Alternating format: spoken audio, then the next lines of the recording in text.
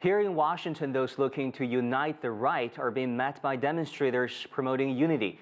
A year after a white supremacist rally and counter-protest turned deadly, another march is planned, but instead of a college town in Virginia, it is being held near here, the White House. CGTN's Roee Ruttenberg, our reporter, joins us now. Roee, the rally is scheduled to start in a few hours. What is this current situation?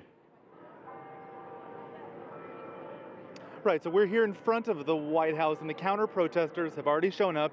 About 5 permits were issued for some of the protests here. You can see a rather large group, a few hundred people. There were estimates of a couple of thousand. I don't really have a full view here, but they were coming from different locations. We just saw one of the groups show up, Black Lives Matter groups with their chants, and they've come together with some of the other groups that are here. These are some of the counter-protesters. This is happening before that other group actually shows up at about 5 o'clock local time, again here in front of the White House.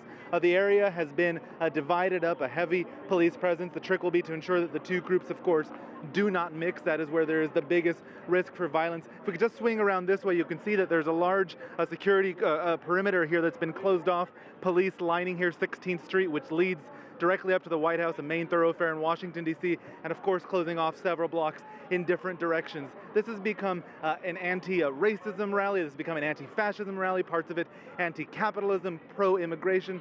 Different factions from the left here criticizing some of the far-right voices that we've seen.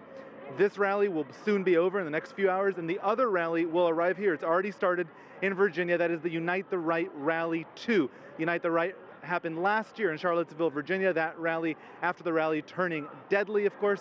And now they are arriving here in Washington, D.C. One of the reasons they didn't get a permit to march again in Charlottesville. Now, the organizer of Unite the Right, Jason Kessler, he's been speaking out in Virginia. Let's hear what he had to say.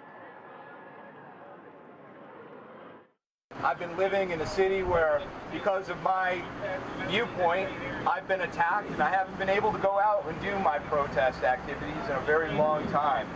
I've been waiting for this day for a very long time because a lot of bad things happened last year.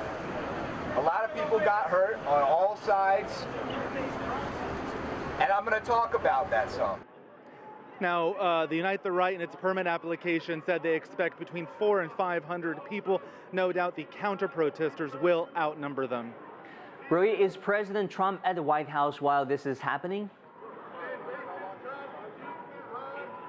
He's not, and I don't know if that's by coincidence, intention, or not, but the White House right here behind me, this is Lafayette Square directly across from the White House. The message here, of course, some of it meant to resonate with the president himself. He faced a lot of backlash after last year's events in Charlottesville when he said that there were fine people on both sides. That's a quote. He said both sides are to blame, and many slammed him for that. And then on Saturday, Donald Trump tweeted again saying that he condemned all types of racism, and many said that they saw that as a nod towards those from the Unite the Right, the far right that are protesting in Washington, D.C., who one of the causes they're focused on is what they say is anti-white racism. They look at things like affirmative action policy and other issues that they say are against the white American population. And so again, many saw that as a nod to Donald Trump.